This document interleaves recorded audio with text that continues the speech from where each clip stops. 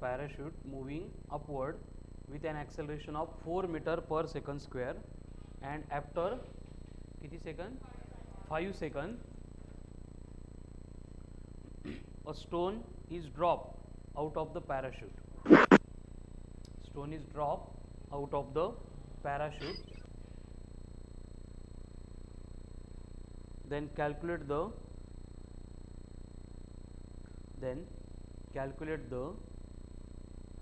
time required. Recording in progress. Calculate the time required by the stone to reach the ground. Time required by the stone to reach the ground. And distance covered by the stone. Distance covered by the stone before coming to the ground. मतलब कल जो solve कर रहे थे last में उसके similar question है, बस थोड़ा सा डेटा एडिशनल दिया है. अब क्या एडिशनल दिया है, क्या चेंज हो रहा है, देखो. आपको अब तक बोलते थे कि कितने हाइट पे और कितने इनिशियल वेलोसिटी से जो पैराशूट है या फिर हॉट एयर बलून है वो मूव कर रहा है, लेकिन यहाँ पे आपको क्या दिया है, वेलोसिटी के बारे में कुछ भी नहीं दिया है और बोला है कि 4 मीटर पर सेकंड स्क्वायर से अपवर्ड जा रहा था. तो हमें क्या करना पड़ेगा, पहले after time interval of 5 second जब वो ग्राउंड से निकला था तब उसकी इनिशियल वेलोसिटी 0 थी. जब वो अपवर्ड जा रहा है with an acceleration 4 metre per second square, यानी आफ्टर 5 सेकंड वो यहाँ पे होगा. तो यहाँ पे आने के बाद वो पैराशूट जो है उसकी वेलोसिटी कितनी बनेगी,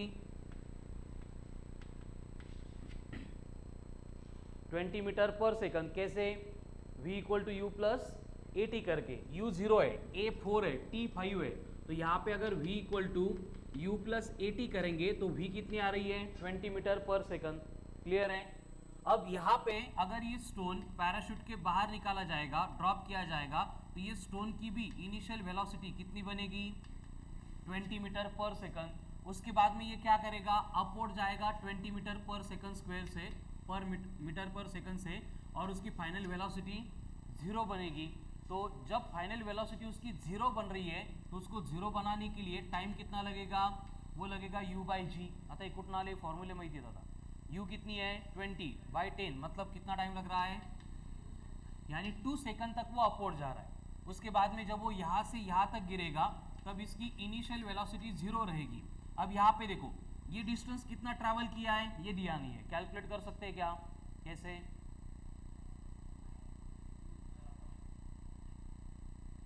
s equal to u t plus half of a t square. ठीक है. तो यहाँ पे s इक्वल टू u तो 0 है, s को अपन h बोलते हैं क्योंकि हाइट है, तो ये बनेगा half of a into T का स्क्वायर. a 4 है, 4/2 बनेगा 2, t का स्क्वायर मतलब 25 यानी 50 मीटर. जो स्टोन ड्रॉप हुआ था वो कितनी हाइट पे हुआ था, 50 मीटर पे. फिर बाद में जब वो बाहर आ गया पैराशूट से, अगेन कितनी हाइट कवर करेगा, ये कैसे कैलकुलेट करते हैं, u²/2g, मतलब कितना आएगा, 20 मीटर. मतलब जब ये नीचे आ रहा है तो उसको 50 + 20 यानी 70 मीटर इतना डिस्टेंस कवर करना है. अब नीचे गिर रहा है, वो ड्रॉप किया है, ऐसी सिचुएशन आ गई, तो टाइम कैसे कैलकुलेट करेंगे, t = √2h/g. करो कैलकुलेट कितना आएगा,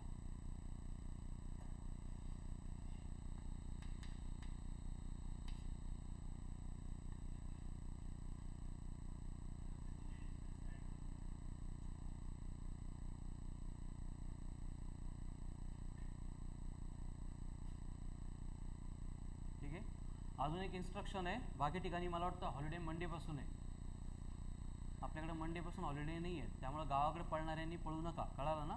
कारण बाकी ठिकाणी हॉलिडे लागल्यानंतर आपण थोडासा एक्स्ट्रा टाइम लेक्चर घेऊन बिफोर दिवाळी किंवा दिवाळीच्या व्हॅकेशनमध्ये मोशन इन ए प्लेन, त्यामध्ये vectors, projectiles, circular and motion in a plane यापैकी जेवढं आपल्याला काही टार्गेट नाही तेच कंप्लीट करायचं आहे, बट जेवढं मॅक्झिमम करता येईल तेवढं कंप्लीट करू. ठीक आहे. गावाकडे पळाले की तुमचा विषय संपणार आहे, लक्षात घ्या. कारण दिवाळीमध्ये इथं असले म्हणजे झालेला पार्ट पण आपल्याला रिवाइज करता येईल आणि जे नेक्स्ट होतं आहे ते पण सायमल्टेनियसली प्रिपेअर होईल. तुम्ही जर गावाकडे गेले ना ऑनलाईन होतं ना कसंच होत, कळालं. मग मागचं पण फॉर्मॅट आणि पुढचं पण काहीच नाही. मी परत एकदा इन्स्ट्रक्ट करतोय, दिवाळीमध्ये जर तुम्ही रिलॅक्स राहिले त्या दिवाळीतून आल्यानंतर परत तुम्हाला 0 पासूनच सुरुवात करावी लागेल.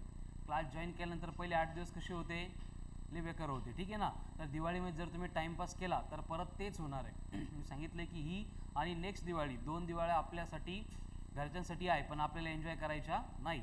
याच्यानंतर मग दिवाळी सेलिब्रेशन्स करायचे लाईफ टाईम, कळालं ना. बट इथं जर तुम्ही मस्त एकदम एन्जॉय केला, ताणच नाही घेतला, 10 दिवस सुट्ट्या आहे का विषयच नाही, पुस्तकं पॅक करून ठेवले, तर दिवाळीहून आल्यावर तुमची दिवाळी निघतील, कळालं ना. आणि दिवाळीनंतर लक्षात घ्या, सिलेबसची स्पीड, कॉम्पिटिशन, सगळ्या गोष्टी खूप जास्त चेंज झालेली असतील, आपल्याच नाही सगळ्या क्लासेसमध्ये, कळालं ना. कारण दिवाळीपर्यंत थोडंसं नॉर्मली चालतं, रेंजमध्ये येत नाही, ट्रॅकवर यायला वेळ लागतो, 10चे बेसिक्स नसतात, पण दिवाळीनंतर कोणाचे काही रिझन्स नसतात, कळालं. त्यामुळे याला 100% सिरियस घ्या.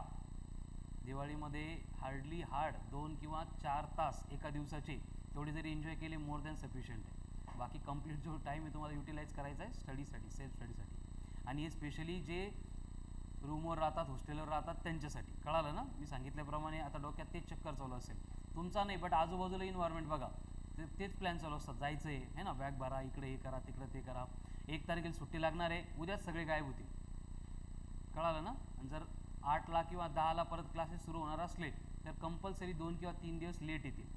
ते सगळे तुमच्या कॉम्पिटिशनमधून बाहेर गेलेले आहेत ऑलरेडी, लक्षात घ्या. कारण त्यांनी त्यांच्या प्रायोरिटी चेंज केल्या आहेत. तुमची प्रायोरिटी काय तुम्हाला डिसाईड करायचं, कळालं ना. टोटल टाइम कितना बनेगा, ये वाला 3.6 एंड ऊपर जाने के लिए 2 सेकंड, तो 3.6 + 2 मतलब 5.6 सेकंड. ये बनेगा time required by the stone to reach the ground. And वो कितना डिस्टेंस कवर करेगा, 90 मीटर. 70 मीटर नीचे आते टाइम, लेकिन 20 मीटर अबव भी गया था, तो डिस्टेंस बोलेंगे तो 70 + 20 यानी 90 मीटर. एंड स्टोन का कितना डिस्प्लेसमेंट हुआ ये पूछेंगे तो 50 मीटर. कारण इथून निघाला आणि इथं पडला, इनिशियल पोजीशन ये, फाइनल पोजीशन ये, कळालं. तो डिस्प्लेसमेंट हो जाएगा 50 मीटर. सबका आ गया था सेम आंसर. चलो वन मोर सिमिलर टाइप का क्वेश्चन सॉल्व करो. Take acceleration as 10 metre per second square. Acceleration as 10 metre per second square.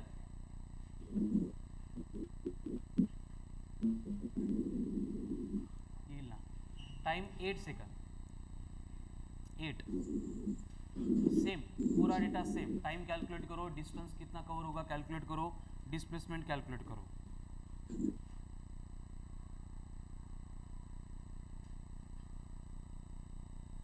मला वाटतं प्रज्वल साठी लोक पळालेत बहुतेक अगोदरच, है ना. व्हेर इज प्रज्वल, पोहोचला का विदर्भामध्ये. अनुषा गेला ना.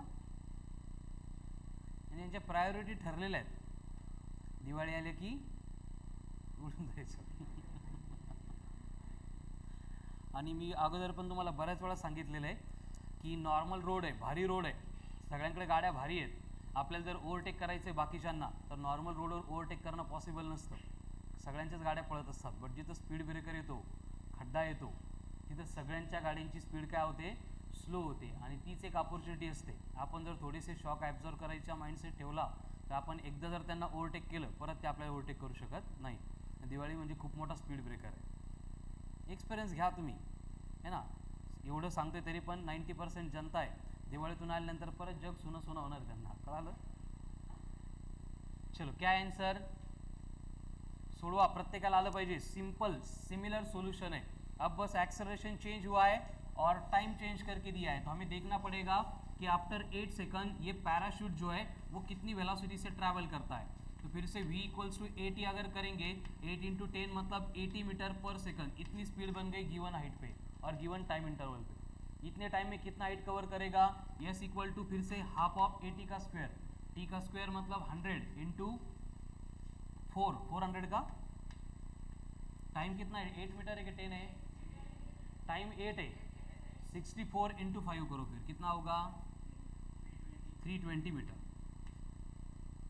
ये इनिशियल डेटा जब तक स्टोन बाहर नहीं गिरा है तब. अब स्टोन बाहर गिरने के बाद क्या होगा, स्टोन की अपनी वेलोसिटी 80 मीटर पर सेकंड होगी, मतलब ये निकलेगा u = 80 मीटर पर सेकंड से, और v = 0 बनने तक उसको कितना टाइम लगेगा. अगेन सेम फॉर्मूला, 80/10 मतलब यहाँ पे बनेंगे 8 सेकंड.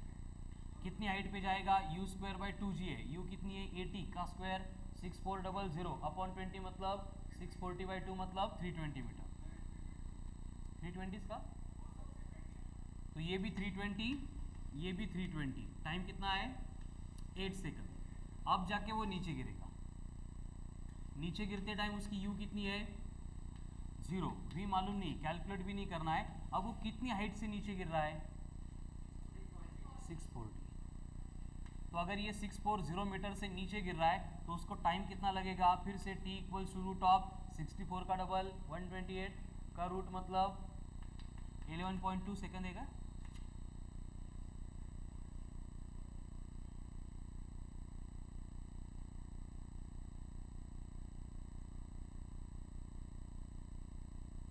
म्हणजे फर्स्ट टाइम सोडवत असताना बघा किती वेळ लागतो कळत नाही, कॅल्क्युलेशन करेक्ट येत नाही, बट तेच जर आपण रिपीट सोडवायला लागलो तर टाइम काय होतं रिड्यूस होतोय। ठीक आहे 11.2 आहे ना 11.4 हां बोल बोल नहीं नहीं 64 से डबल कर लागेल ना 2h/g है ना 640 का 0g कैंसल तो 64 का डबल 128, 121 होता तो 11, 128 है तो 11 से थोड़ा सा ज़्यादा होगा 11.2, 11.4, तो टोटल टाइम कितना बनेगा फिर इकड़ा ऐश्वर्या, टोटल टाइम कितना बनेगा 11.2 प्लस ये 8 कितना होगा 19.2 सेकंड या फिर 4 सेकंड। एंड कितना डिस्टेंस कवर कर रहा है वो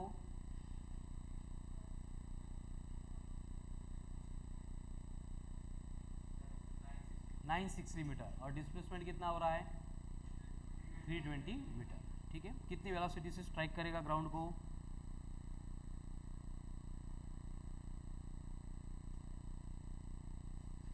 कैसे निकालेंगे वेलोसिटी रूट 2gh 80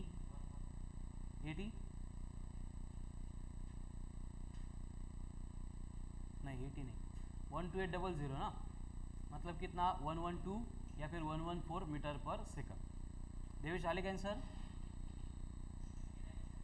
केलंच का बरं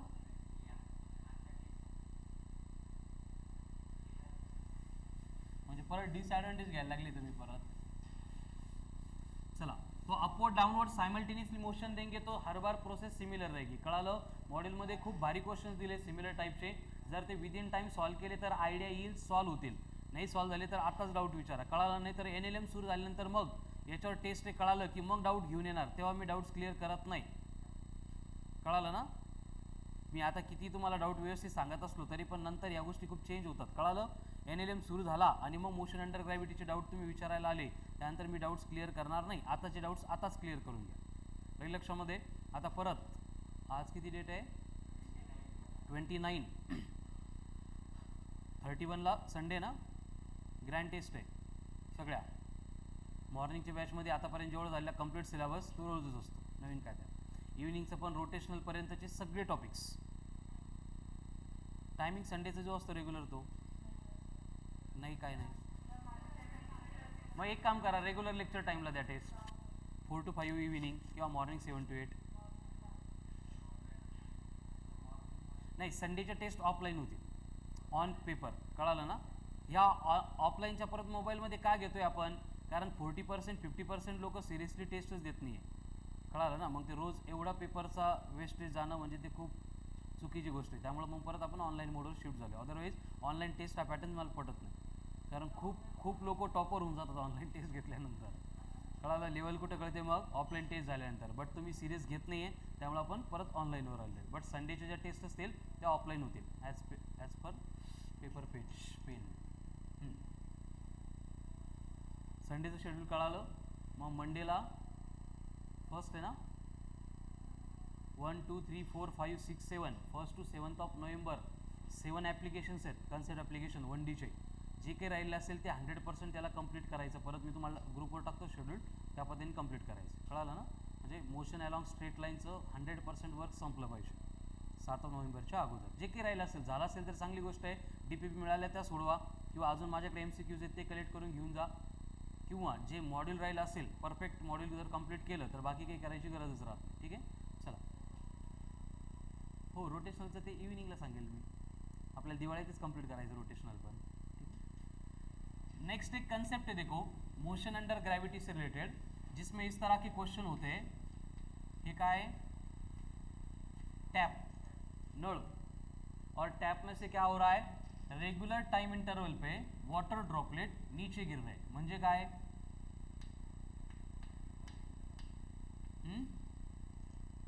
इक्वल इंटरवल ऑफ टाइम के बाद में ड्रॉपलेट जो है वो नीचे गिर रहे, म्हणजे थेंब थेंब पाणी पडतंय नळातून after equal intervals of time. कळालं सगळ्यांना. तो इस तरह के क्वेश्चंस होते हैं, तो उसको सिंप्लीफाई करने का, सॉल्व करने का एक ही प्रोसेस है. देखो क्या होगा, यहाँ पे आपको बोला है कि 5 droplets are there which are falling from the top tap at regular intervals of time T.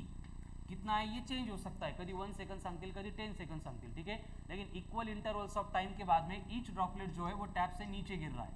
और आपको बोला है कि सिचुएशन क्वेश्चन में इस तरह से है, जब ये फर्स्ट ड्रॉपलेट ग्राउंड पे गिरता है तब फिफ्थ ड्रॉपलेट जो है वो अबाउट टू फॉल है. अबाउट टू फॉल है म्हणजे पडणारच है, पडला नहीं, पडणारच है. कळालं. तो यहाँ पे बोलो ये जो फर्स्ट ड्रॉपलेट है इसको नीचे ग्राउंड पे गिर के कितना टाइम हुआ है, ठीक है. यहां से चलते हैं. ये फिफ्थ ड्रॉपलेट जो है इसको टैप से गिर के कितना टाइम हुआ है, 0. अभी गिरा ही नहीं है, अबाउट टू फॉल है. कळालं. तो ये जो फोर्थ ड्रॉपलेट है इसको टैप से नीचे गिर के कितना टाइम हुआ,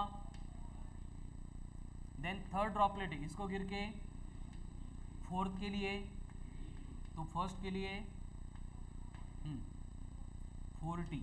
कोण येते 0, तन्विषा का, काय काय काय काय परत सांग. कळालं पण तुला 40 का घेतलं ते, क्लियर है सबको. अगर ये टैप की हाइट ग्राउंड से 16 मीटर है तो आपको कैलकुलेट करना है distance of the droplet from the ground या फिर फ्रॉम द टैप, दोनों भी पूछ सकते हैं, या फिर सेपरेशन बिटवीन द ड्रॉपलेट. करो कैलकुलेट.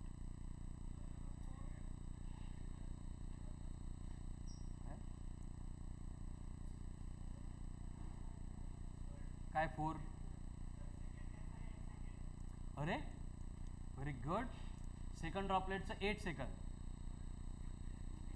हां 2Tचं म्हणजे थर्डचं 8. नाही कसं काय सांगितलं ते सांग पहिले, चुकलं बरोबर ते मॅटर नाही करत. कसं सांगितलं बेटा, फक्त गोळ्या मारू नका. कळालं ना. आपला काय लॉजिक सब्जेक्ट नहीं है, आपला फिजिक्स सब्जेक्ट है.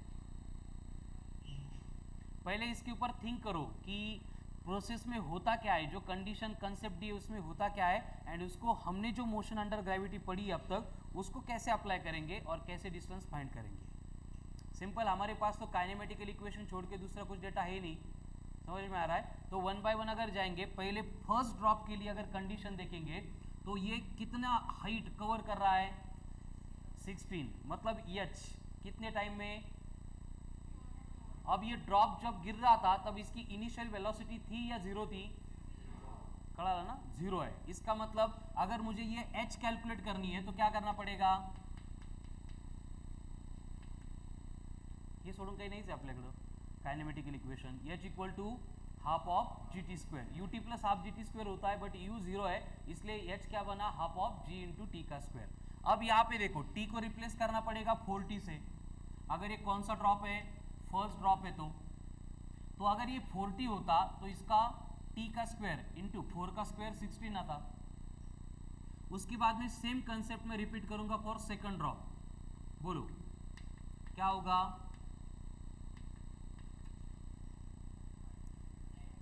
9.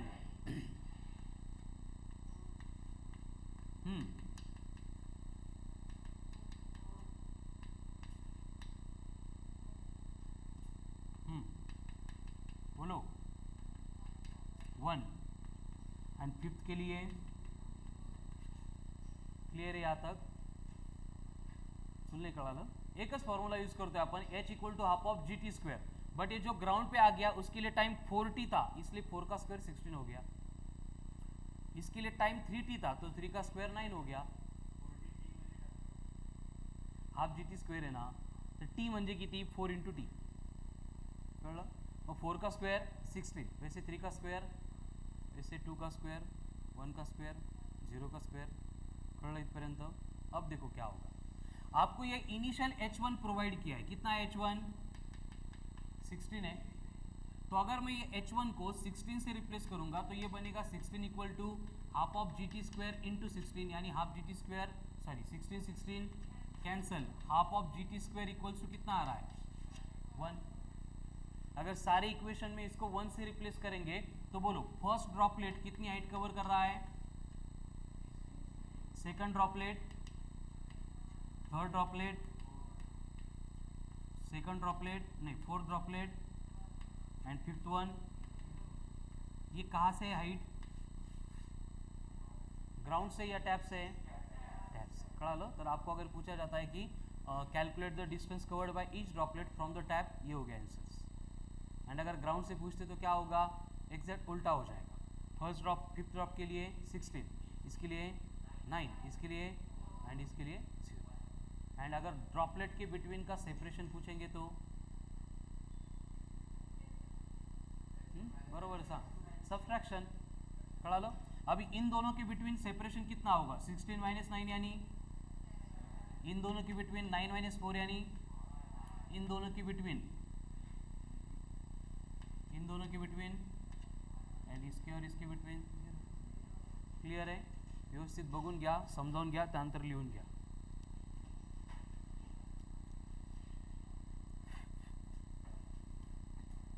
मंडे पासून सांगितले बाकी ठिकाणी सुट्ट्या तुम्हाला, ठीक आहे। फक्त लेक्चर आपण काय करू मग, एवढ्या मॉर्निंगला न ठेवता थोडंसं लवकर ठेवू, म्हणजे दिवसभर तुम्ही मोकळे अभ्यासाला, बरोबर आहे की नाही। म्हणजे सुट्ट्या लागल्या असं पण वाटेल तुम्हाला, क्लासचा लोड पण येणार नाही। 5 5:30 पासून 10 10:30 पर्यंत विषय संपून जाईल।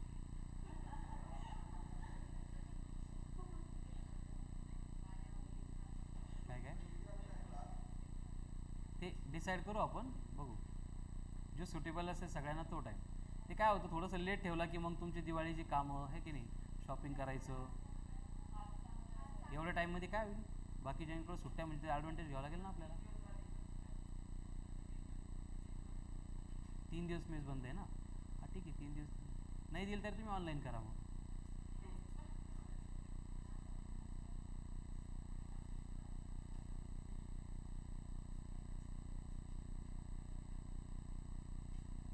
तीनच दिवस बंद आहे का मेस, आणि एवढं काही नाही, मेस बंद असले बाहेर चालू असतं।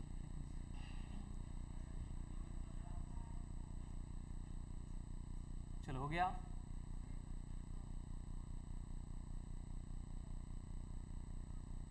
छापून घेणं इम्पॉर्टंट नाही, समजावून घेणं इम्पॉर्टंट आहे, कळलं ना। आणि रोजचा हॅबिट लावा बेटा, क्लासमध्ये जेवढे एक्झाम्पल्स होतात, क्लास झाला की प्रिपरेशन सुरू करताना फक्त जे क्लासमध्ये एक्झाम्पल सोडवले होते ते आपल्याला येता की नाही एकदा क्रॉस चेक करा। You will find that 80% times क्लासमध्ये एक्झाम्पल परत सोडवताना आपल्या आन्सर्स येत नाही। प्रायोरिटी त्याला द्या, हे जोपर्यंत येत नाही तोपर्यंत वर्क करा।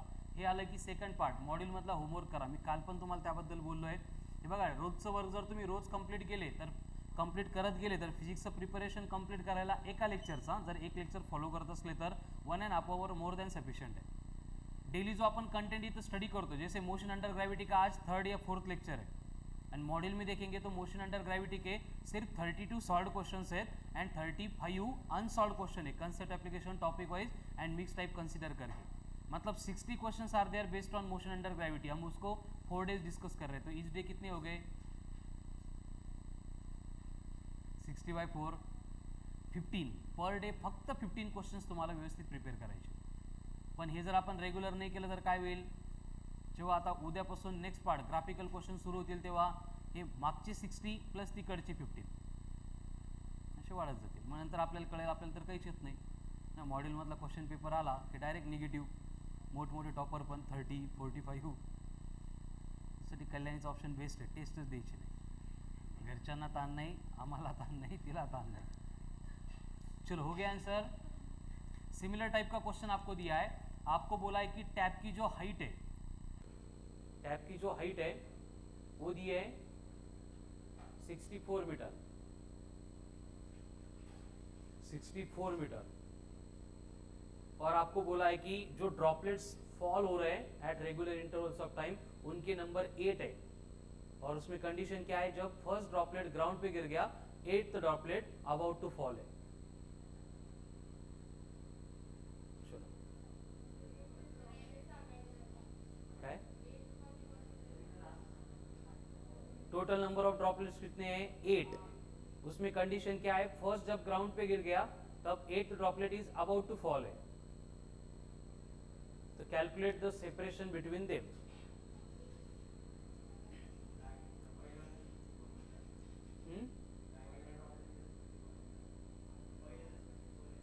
वाह वाह व्हेरी गुड, काय हुशार आहे तुम्ही।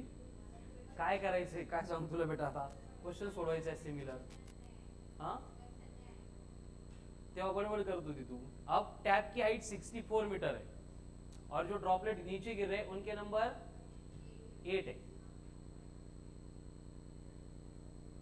एक काम करो 9 ले लो, थोड़ा इजी जाएगा कैलकुलेशन के लिए। 9 ड्रॉपलेट्स, बाद में 8 लेते हैं। कितने ड्रॉपलेट है 9। ज्यांना कळाल ते सोडवा, बाकीचे बोर्डवर लक्ष द्या। देखो सेम सिचुएशन है, बस क्या हो रहा है, यहां पे हमने कितने ड्रॉपलेट लिए थे 4 5, अब कितने हैं 9। मतलब वही टैप है, जब 9th droplet about to fall है तब की केस में फर्स्ट ड्रॉपलेट कहाँ पे है ग्राउंड पे, तो ये फर्स्ट होगा, then second, then third, then fourth, then fifth, sixth, 7, 8 सारखेच आहेत ते एकमेकांच्या, हो ना मग 1 2 3 4 5 6 7 8 9। हाँ तो अबाउट टू फॉल है ना, पढ़लाच नहीं अजून। और टैप की हाइट कितनी बोली है, हो गया। अब फिर से वही सिचुएशन, जब 9th ड्रॉपलेट गिरा है उसको टाइम कितना हुआ, जब 8th गिरा तब 7th के लिए, 6th के लिए, 5th के लिए।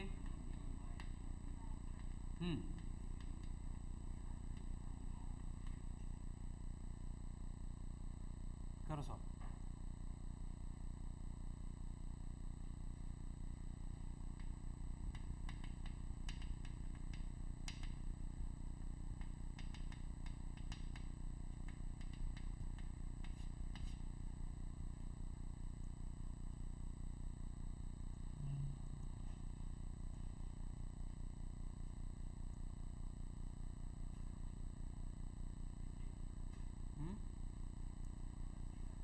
ते नंतर कळेल ना बेटा, पहिले तू सॉल्व करना, कळालं, हुशार झाला तू। नेक्स्ट क्या करेंगे, फिर से वही part, h equal to half of g t square. अगर फर्स्ट ड्रॉपलेट ले लेंगे तो t कितना लेना पड़ेगा 8t, तो यहाँ पे 16 की जगह पे कौन आएगा 64, यहाँ पे कौन होगा, वेरी गुड, यहाँ पे कौन होगा 36, यहाँ पे कौन होगा 25, than half g t square into 16, than half g t square into 9, half g t square into half g t square into, ठीक है, ये 6, ये 7, ये 8, क्लियर है। फिर से फर्स्ट कंडीशन में देखो h1 को रिप्लेस करेंगे, कितनी हाइट है h1 की 64 कैंसिल होके हाफ जी टी स्क्वायर 1, मतलब h1 की height 64, then 49, then 36, then 25, then next, then हो गया। ये क्या है, हर एक ड्रॉपलेट का टैप से डिस्टेंस, एंड ड्रॉपलेट के बिटवीन अगर सेपरेशन पूछेंगे तो हे कळलं काय कळलं 1:3:5:7 असं कळलं का। अगर ड्रॉपलेट के बिटवीन का सेपरेशन पूछा जाता है ऑड नंबर का रेशो, एंड ड्रॉपलेट का टैप से अगर डिस्टेंस पूछा जाता है तो स्क्वेअर का रेशो 1:1 स्क्वेअर 2 स्क्वेअर 3 स्क्वेअर, हे बघा 1 स्क्वेअर 2 स्क्वेअर 3 स्क्वेअर 4 स्क्वेअर, ठीक है। करू रफ एस नो, ठीक है। तो बाकी जो है मोशन अंडर ग्रेविटी के अभी बहुत सारे एप्लीकेशंस है, बट वो मैं आपके लिए छोड़ रहा हूँ। जब भी आप मॉड्यूल में से क्वेश्चन सॉल्व करेंगे, solve question, each solve question जो है वो प्रैक्टिस के लिए नहीं है। देखो प्रैक्टिस के लिए टेस्ट होती है. मॉड्यूल के जो सॉल्व एग्जाम्पल्स है they are not for practice. Each and every solved examples is a tricky application. कळालं ना. त्यामुळे ते मॅन्डेटरी कंपल्सरी प्रॅक्टिसचे थोडेफार केले नाही केले चालतात. बट मॉड्यूलमधला एक एक क्वेश्चन खूप जास्त भारी आहे. तुम्हाला नाही कळत अजून ठीक आहे ना. आपण एवढं काही रेफर केलेलं नाही आहे. बट जे 11-12 झालं आणि रिपीटला येतात त्यांच्या लक्षात येतं. कळालं ना. अरे हे कुठून आलं हे पण असतं का टॉपिकमध्ये. तर तो सगळा पार्ट तिथं आपल्याला कळतोय. तर एवढे भारी क्वेश्चन मिस करू नका. कळालं ना. 4-4 5-5 नाही 40-50 वेळा सोडवा. असा क्वेश्चन बघितला की आपल्याला क्लिक झालं पाहिजे की अशा टाईपचा क्वेश्चन आला तर जसं 2 क्वेश्चन सोडवले. आज जर मी थर्ड क्वेश्चन दिला पॅटर्न टॅप आहे at a height of 196 metre 196 metre and droplet गिर रहे हैं at regular intervals of time. Total कितने ड्रॉपलेट गिरे हैं मालूम नहीं, लेकिन जो कंडीशन हमें क्वेश्चन में दी है वो इस तरह से है. जब फर्स्ट ड्रॉपलेट ग्राउंड पे आ गया तब 15 नंबर का ड्रॉपलेट अबाउट टू फॉल है. तो अगर पूछेंगे कैलकुलेट सेपरेशन बिटवीन देम, क्या बोलेंगे हम 1:3, 3:5, 5:7. अगर बोलेंगे कि उसका डिस्टेंस फ्रॉम द टैप कितना है 1:4:9:2 16:2 25:2 36:2. कळालं. फर्स्ट एग्जाम्पल नाही कळालं हे लिहिलं होतं नाही तर. सेपरेशन का रेशो मतलब कितना ऑड नंबर का रेशो एंड ड्रॉपलेट का डिस्टेंस फ्रॉम द टैप मतलब स्क्वायर्स उसका रेशो. कळालं ना. ठीक है. मतलब ये से समझ में आता है कि एग्जाम्पल अगर नंबर ऑफ टाइम सॉल्व करेंगे उसको सॉल्व करने का टाइम भी रिड्यूस होता है. आणि क्वेश्चन रीड करने म्हणजे कंडीशन ये होती है कि क्वेश्चन रीड करके ख़त्म होने से पहले हमारे पास पूरा डेटा रेडी चाहिए.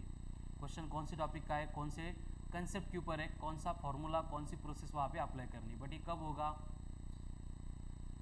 उकळून पिलं पाहिजे आपण असं. एक एक एक्झाम्पल 50 वेळा झालं असं कंटाळलो पाहिजे त्या एक्झाम्पलला मॉडेलमधलं. ठीक है ना. नेक्स्ट. हाँ तो बाकी एप्लीकेशन मैंने बोला है मॉड्यूल में दी है उसको कंप्लीट करो. आज के आज ही कंप्लीट करो. अगर आज नहीं हुए तो एटलीस्ट कल तक कंप्लीट करो. ठीक है. सो नेक्स्ट पार्ट एक कन्सेप्ट है कुछ भी खास इंपॉर्टंट नहीं है बट एक्सपेरिमेंट व्हायला लागलेत त्यामुळे आपण त्याला स्किप नहीं करू शकत. Related to motion under gravity अगर आपको एयर रेजिस्टेंस रिलेटेड कुछ डिस्कशन दिया है तो थोड़ा सा इक्वेशन में चेंज करना पड़ता है. अब क्या चेंज करना पड़ता है वो हमें देखना है. तो पहले एयर रेजिस्टेंस मतलब क्या होता है. रेजिस्टेंस मतलब oppose to the electric current है ना. एयर रेजिस्टेंस मतलब oppose to the electric current provided by air असं घेणार का नाही. जो बॉडी अभी मूव कर रही थी जो गाड़ी अभी मूव कर रही थी उसको एयर भी अपोज करेगा. समझ में आ रहा है ना. लेकिन ये जो एयर का रेजिस्टेंस है ये हॉरिजॉन्टल मोशन में कंसिडरेबल नहीं होता है. अगर कहीं पे उसको कंसिडर करने को बोला है तो वो सिर्फ मोशन अंडर ग्रेविटी में मतलब वर्टिकली अपवर्ड या फिर वर्टिकली डाउनवर्ड अगर बॉडी मूव हो रही है तब कंसिडर होता है. ठीक है. जोपर्यंत क्वेश्चन मध्ये क्लिअरली मेन्शन करत नाही air resistance is there and air resistance is this much तोपर्यंत याला इंट्रोड्यूसच नहीं करायचं. कळालं ना. तोपर्यंत याचा विचार करायचा नहीं. अगर वहाँ पे बोला है एयर रेजिस्टेंस है तभी इसका कंसिडरेशन होगा. अब ये एयर रेजिस्टेंस क्या करेगा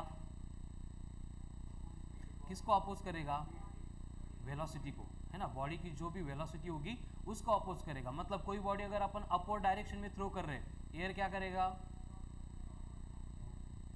very good. Air resistance downward act होगा मतलब उसके वर्टिकल वेलोसिटी को अपोज करेगा. जब बॉडी नीचे आ रही है तो कळाला ना. तो यहाँ पे बस कंडीशन क्या है एक्सेलरेशन ड्यू टू ग्रेविटी की डायरेक्शन कभी चेंज नहीं होती. It always acts in vertically downward direction. But air resistance जो है अगर बॉडी अपवर्ड जा रही है तो एक्ट होगा डाउनवर्ड डायरेक्शन में. अगर बॉडी डाउनवर्ड आ रही है तो एक्ट होगा अपवर्ड डायरेक्शन में. बस एवढंच है. ठीक है. मतलब कि देखो एक बॉडी है और उसको हमने अपवर्ड थ्रो किया है तो इसकी वेलोसिटी कहाँ पे है अपवर्ड है. तो इस बॉडी के ऊपर एक्सेलरेशन ड्यू टू ग्रेविटी कहाँ पे एक्ट होगा एंड जो एयर का रेजिस्टेंस होगा उसको स्मॉल ए से डिनोट कर रहे हैं वो भी कहाँ पे एक्ट होगा डाउनवर्ड ही एक्ट होगा. समझ में आ रहा है. तो सेम केस अगर बॉडी डाउनवर्ड आ रही है तो इसका मतलब एक्सेलरेशन ड्यू टू ग्रेविटी कहाँ पे एक्ट होगा डाउनवर्ड ही एक्ट होगा एंड एयर रेजिस्टेंस कहाँ पे एक्ट होगा अपवर्ड एक्ट होगा. तो जब बॉडी अपवर्ड मोशन परफॉर्म कर रही है तब बॉडी के ऊपर एक्ट होने वाला नेट एक्सेलरेशन कितना होगा. दो एक्सेलरेशन है जी ए एंड ए है दोनों की डायरेक्शन सेम है तो ये क्या बनेगा g प्लस ए. जब बॉडी डाउनवर्ड आ रही है तब दोनों एक्सेलरेशन की डायरेक्शन अपोजिट है मतलब नेट एक्सेलरेशन कितना बनेगा बस एवढा से एक चेंज होता, बाकी हमारे जो पहले के कन्वेंशन थे वो एज इट इज एप्लीकेबल होंगे, ठीक है। जैसे कि बॉडी यहाँ से हमने थ्रो की है विथ इनिशियल वेलोसिटी u, यहाँ पे जाने के बाद उसकी फाइनल वेलोसिटी कितनी बनेगी 0, तो फर्स्ट काइनेमेटिकल इक्वेशन क्या होगा v equals to u minus g t होता है, लेकिन g replaced by g plus a होगा इनटू टी। बट यहाँ पे कौन जीरो है, u या v?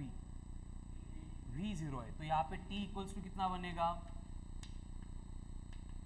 u upon g plus A.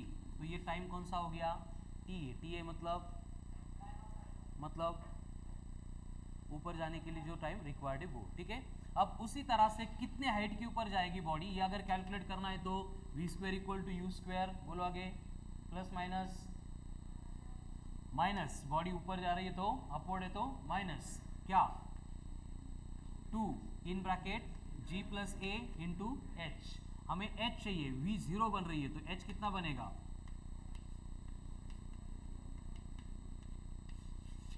This will be the maximum height attain by the body, ठीक है। याच्या अगोदर काय करतो आपण, अगर बॉडी अपवर्ड थ्रो कर रही है टाइम कैलकुलेट करने के लिए u बाय g, बस यहाँ पे g replace by g plus ए।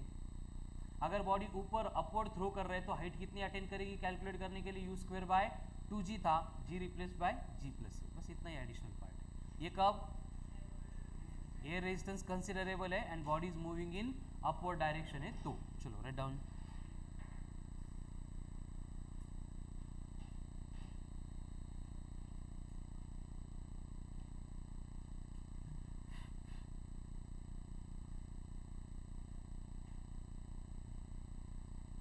सनी बडबड नको करू, पायल हे लिहून घ्यायचे बेटा, ते नंतर झालं लिहून कंप्लीट, गुड।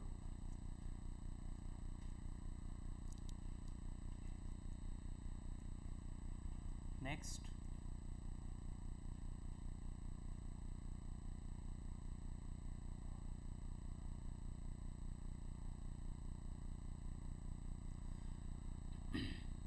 अब अगर बॉडी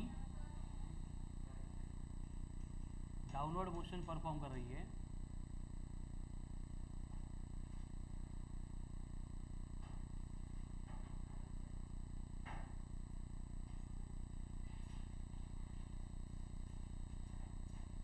अगर बॉडी डाउनवर्ड मोशन परफॉर्म कर रही है, करो ना पता, तो क्या होगा बोलो, अगर बॉडी डाउनवर्ड मोशन परफॉर्म कर रही है मतलब ये केस है, तो इसका मतलब u zero, v not equal to zero, तो यहाँ पे नीचे आने के लिए कितना टाइम लगेगा बॉडी को,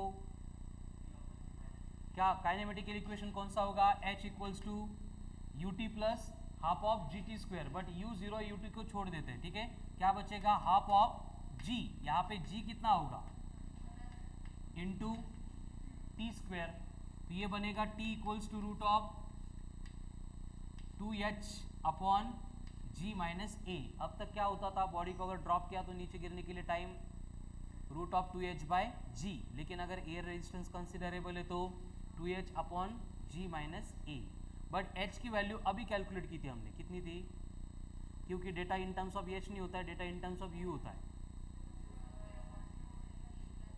तो यहाँ पे t equals to square root of ये 2 upon g minus a as it is है।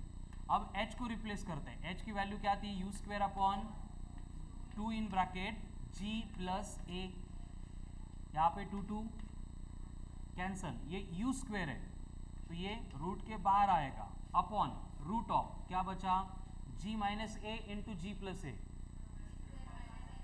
कुटून a plus b into a minus b, तो ये बनेगा root of g square minus a square. और इस टाइम को क्या बोलना पड़ेगा, टाइम ऑफ डिसेंट, मतलब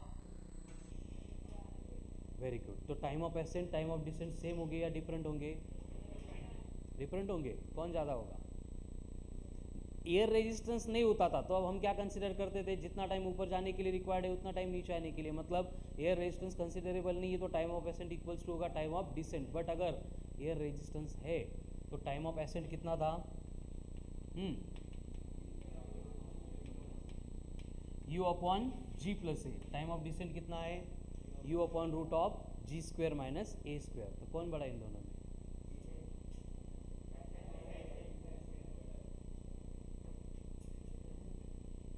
शाळा कोणती आहे तुझी?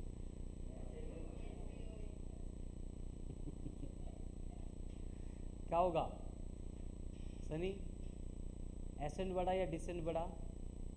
दोनों बड़े, इक्वल असेल है की नाही?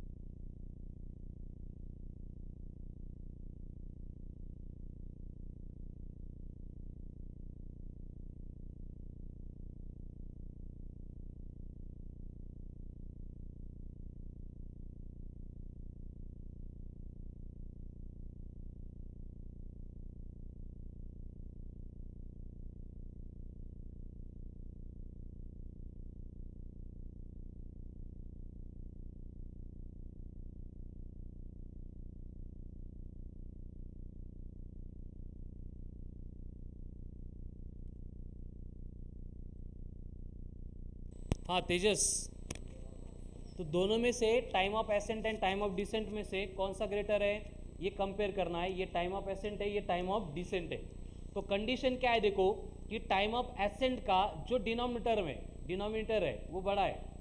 कैसे डिसाइड किया, यहाँ पे एडिशन है, यहाँ पे सब्ट्रैक्शन है, स्क्वायर रूट भी है लेकिन वो स्क्वायर रूट बैलेंस करेगा, बट यहाँ पे सब्ट्रैक्शन है, यहाँ पे एडिशन है, मतलब टाइम ऑफ एसेंट का डिनोमिनेटर ग्रेटर होगा, इसलिए टाइम ऑफ एसेंट छोटा होगा, कम होगा टाइम ऑफ डिसेंट से। ठीक है, ये कब, अगर एयर रेजिस्टेंस कंसिडरेबल है तो इससे रिलेटेड आपको एक होमवर्क दिया जा रहा है, आपको सेम रिलेशन फाइंड करना है बिटवीन वेलोसिटीज।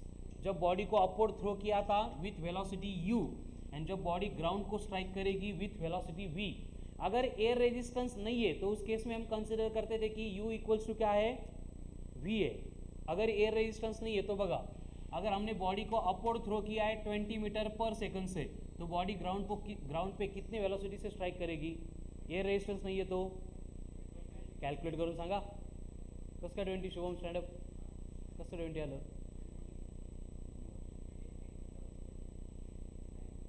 कैलकुलेट करा। एयर रेजिस्टेंस नहीं है और आपको बोला है कि एक बॉडी को अपवर्ड थ्रो किया है विथ 20 मीटर पर सेकंड, तो वो जब वो बॉडी नीचे गिरेगी तब वेलोसिटी कितनी होगी।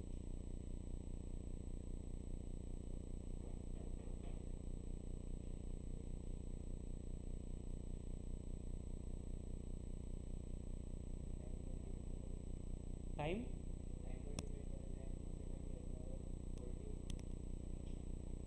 थोड़ा वेळ येतो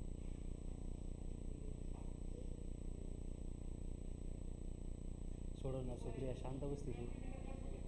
20 मीटर पर सेकेंड कैसे, u20 है, v0 होते टाइम कितना हाइट पे जाएगा 20 मीटर पे, हाइट 20 मीटर आ गई, नीचे आते time v equals to root of 2gh करो तो कितना हो गया 20 मीटर पर सेकंड। लेकिन अगर एयर रेजिस्टेंस है तो ये सिमिलर रहेगा क्या, नहीं रहेगा। ठीक है, तो वो क्या चेंज होगा, u बड़ा होगा या v बड़ा होगा, ये आपको डिसाइड करना है और इक्वेशन के साथ आंसर देना है।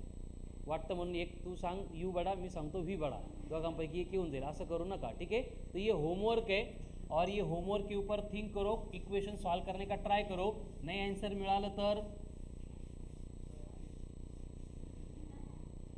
चलो। तो ये था air resistance and this is all about motion under gravity.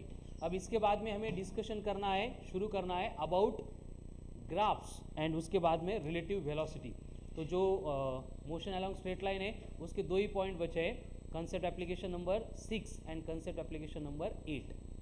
6 में हमें ग्राफ्स डिस्कस करने हैं एंड 8 में रिलेटिव वेलोसिटी। ठीक है, तो दोनों कंसेप्ट मिला के मैक्सिमम 3 लेक्चर रिक्वायर्ड है उसके लिए, तो उसका डिस्कशन हम कल शुरू करेंगे। ठीक है, तो तब तक के लिए जो पेंडिंग वर्क है मॉड्यूल का कंप्लीट करो। Thank you.